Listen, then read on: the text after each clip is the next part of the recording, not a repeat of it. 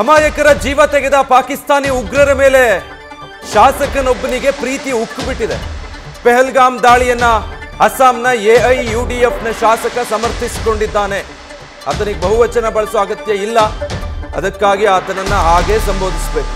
ಈ ಶಾಸಕನ ವಿರುದ್ಧ ಪೊಲೀಸರೇ ಸುಮೋಟೋ ಕೇಸನ್ನು ದಾಖಲಿಸಿಕೊಂಡು ಸದ್ಯ ಶಾಸಕನನ್ನು ಅರೆಸ್ಟ್ ಮಾಡಿದ್ದಾರೆ. ಶಾಸಕ ಅಮೀನುಲ್ಲಾನನ್ನ ಬಂಧಿಸಿ ಬಿಎನ್ಎಸ್ ಅಡಿ ಪ್ರಕರಣ ದಾಖಲಿಸಿಕೊಂಡಿದ್ದಾರೆ. ಇವರನ್ನೆಲ್ಲ ಸುಮೋಟೋ ಕೇಸ್ ದಾಖಲು ಮಾಡಿ ಅರೆಸ್ಟ್ ಮಾಡೋದು, ವಿಚಾರಣೆ ನಡೆಸಿ ಆಮೇಲೆ ದಂಡ ಕಟ್ಟಿಸ್ಕೊಂಡು ಎಚ್ಚರಿಕೆ ಕೊಟ್ಟು ಬಿಡೋದು, ಅಂಥದ್ದು ಮಾಡಬಾರ್ದು. ಇಂಥವ್ರಿಗೆಲ್ಲ ಯಾವ ಮನಸ್ಥಿತಿ ನಿನ್ನನ್ನು ಈ ಥರ ಹೇಳಿಕೆ ಕೊಡೋದಕ್ಕೆ ಪ್ರಚೋದಿಸ್ತು? ನೀನೊಬ್ಬ ಭಾರತದಲ್ಲಿ ಜನಪ್ರತಿನಿಧಿಯಾಗಿ ಆಯ್ಕೆಯಾಗಿರುವಂಥ ಶಾಸಕ ನೀನು. ಆದರೆ ಇಲ್ಲಿ ಕಾಶ್ಮೀರದಲ್ಲಿ ಭಾರತೀಯರು, ಅದರಲ್ಲೂ ಹಿಂದೂಗಳು ಸತ್ತಿದ್ದಾರೆ.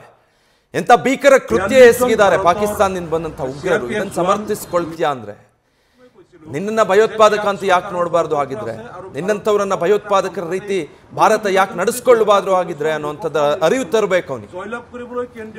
ಇವನೇ ಆ ಶಾಸಕ, ಅಸ್ಸಾಂನ ಪಕ್ಷವೊಂದರ ಶಾಸಕ. ಆ ಪಕ್ಷ ಕೊಟ್ಟಿರೋ ಸಮಜಾಯಿಷಿ ಏನು ಅಂದ್ರೆ ಅದು ಆತನ ವೈಯಕ್ತಿಕ ಹೇಳಿಕೆ, ಪಕ್ಷದ್ದಲ್ಲ ಅಂತ. ಅಷ್ಟಿದ್ರೆ ಕಿತ್ತೆಸಿಬೇಕು ಪಕ್ಷದಿಂದ. ಇನ್ನು ಅದನ್ನು ಮಾಡಿಲ್ಲ. ಡೀಟೇಲ್ಸ್ ಕೊಡ್ತಾರೆ ಈ ಬಗ್ಗೆ ಚಂದ್ರಮೋಹನ್. ಈತನನ್ನ ಶಾಸಕ ಅನ್ನೋದಿರ್ಲಿ, ಈತ ಭಾರತೀಯ ಅಂತ ಹೇಳೋದಕ್ಕೂ ಅಸಹ್ಯ ಹುಟ್ಟುತ್ತೆ. ಇಂಥವರೆಲ್ಲ ಶಾಸಕರು ಹೆಂಗಾಗ್ತಾರೆ? ಇಂಥ ಹೀನ ಕೃತ್ಯದ ನಂತರ ಉಗ್ರರನ್ನ ಸಮರ್ಥಿಸಿಕೊಳ್ಳೋ ಇಂಥವರನ್ನು ಕೂಡ ಉಗ್ರರ ಥರನೇ ನಾವು ಟ್ರೀಟ್ ಮಾಡಬೇಕು ಅನ್ಸುತ್ತೆ. ಹೌದು ವಿಜಯ್, ಈಗ ಮುಖ್ಯವಾಗಿ ಅಮೀನುಲ್ಲಾ ಇಸ್ಲಾಂ ಈತ ಅಸ್ಸಾಂನ ಎಐಯುಡಿಎಫ್ ಪಕ್ಷದ ಎಂಎಲ್ಎ, ದಿಂಗಾ ಕ್ಷೇತ್ರದಿಂದ ಎಂಎಲ್ಎ ಆಗಿ ಆಯ್ಕೆ ಆಗಿರುವಂತನು. ಈತ ಈಗ ಪೆಹಲ್ಗಾಮ್ನ ಉಗ್ರರ ದಾಳಿ ನಡೆದ ಬಳಿಕ ಪಾಕಿಸ್ತಾನದ ಪರವಾಗಿ, ಉಗ್ರಗಾಮಿಗಳ ಪರವಾಗಿ ಹೇಳಿಕೆಯನ್ನ ಕೊಟ್ಟಿದ್ದ.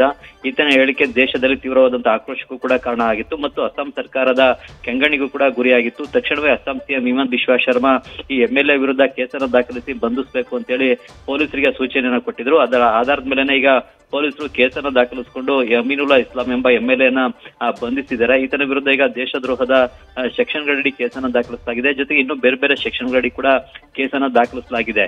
ಈಗ ಬದ್ರುದ್ದೀನ್ ಅಜ್ಮಲ್ ಅವರ ಎಐಯುಡಿಎಫ್ ಪಕ್ಷ ಈತನ ಹೇಳಿಕೆಯಿಂದ ಅಂತರವನ್ನ ಕಾಪಾಡಿಕೊಳ್ತಾ ಇದೆ. ಈ ಹೇಳಿಕೆಗೂ ಪಕ್ಷಕ್ಕೂ ಯಾವುದೇ ರೀತಿಯಾದಂತಹ ಸಂಬಂಧ ಇಲ್ಲ. ಈ ಹೇಳಿಕೆ ಆತನ ವೈಯಕ್ತಿಕ ಹೇಳಿಕೆ ಅನ್ನೋ ಒಂದು ಮಾತನ್ನ ಎಐಯುಡಿಎಫ್ ಪಕ್ಷ ಹೇಳಿದೆ. ಆದ್ರೀಗ ಮುಖ್ಯವಾಗಿ ಈತನ ವಿರುದ್ಧ ಕಠಿಣವಾದಂತಹ ಕ್ರಮವನ್ನ ಕೈಗೊಳ್ಳಬೇಕು. ಭಾರತದಲ್ಲೇ ಇದ್ಕೊಂಡೆ ಪಾಕಿಸ್ತಾನದ ಭಯೋತ್ಪಾದನಾ ಸಂಘಟನೆಗಳನ್ನ ಬೆಂಬಲಿಸೋದಾಗ್ಲಿ, ಅವರ ಪರವಾಗಿ ಮಾತಾಡೋದಾಗ್ಲಿ ಮಾಡುವಂತದ್ದು ದೇಶದ್ರೋಹದ ಕೆಲಸವೇ ಆಗುತ್ತೆ. ಈ ರೀತಿಯಾಗಿ ಮಾಡ್ತಕ್ಕಂಥದ್ದು ಸರಿಯಲ್ಲ. ಹಾಗಾಗಿ ಈತನ ವಿರುದ್ಧ ಕಠಿಣ ಕ್ರಮವನ್ನ ಕೈಗೊಳ್ಳಬೇಕು ಅಂತ ಅಸ್ಸಾಂನಲ್ಲೂ ಕೂಡ ಜನ ಒತ್ತಾಯವನ್ನ ಮಾಡ್ತಾ ಇದ್ದಾರೆ. ಹೀಗಾಗಿ ಅಸ್ಸಾಂ ಸರ್ಕಾರ ಈತನ ವಿರುದ್ಧ ಈಗ ದೇಶದ್ರೋಹದ ಕೇಸನ್ನ ಕೂಡ ದಾಖಲಿಸಲಿಕ್ಕೆ ತೀರ್ಮಾನವನ್ನು ತೆಗೆದುಕೊಂಡು ಕೇಸನ್ನ ದಾಖಲಿಸಿ ಈಗಾಗಲೇ ಈತನನ್ನ ಬಂಧಿಸತಕ್ಕಂತ ಕೆಲಸವನ್ನ ಮಾಡಿದೆ. ಅಸ್ಸಾಂನ ಪೊಲೀಸರು ಈತನನ್ನ ಬಂಧಿಸಿದರೆ ಇವತ್ತು ಈಗ ಕೋರ್ಟ್ಗೆ ಹಾಜರುಪಡಿಸಿ ತಮ್ಮ ವಶಕ್ಕೆ ತೆಗೆದುಕೊಂಡು ವಿಚಾರಣೆಯನ್ನು ಕೂಡ ನಡೆಸುತ್ತಿದ್ದಾರೆ. Vijay, thank you Chandramohan. News First, ನಿರ್ಭೀತಿಯಿಂದ ನಿಮ್ಮ ಪರವಾಗಿ.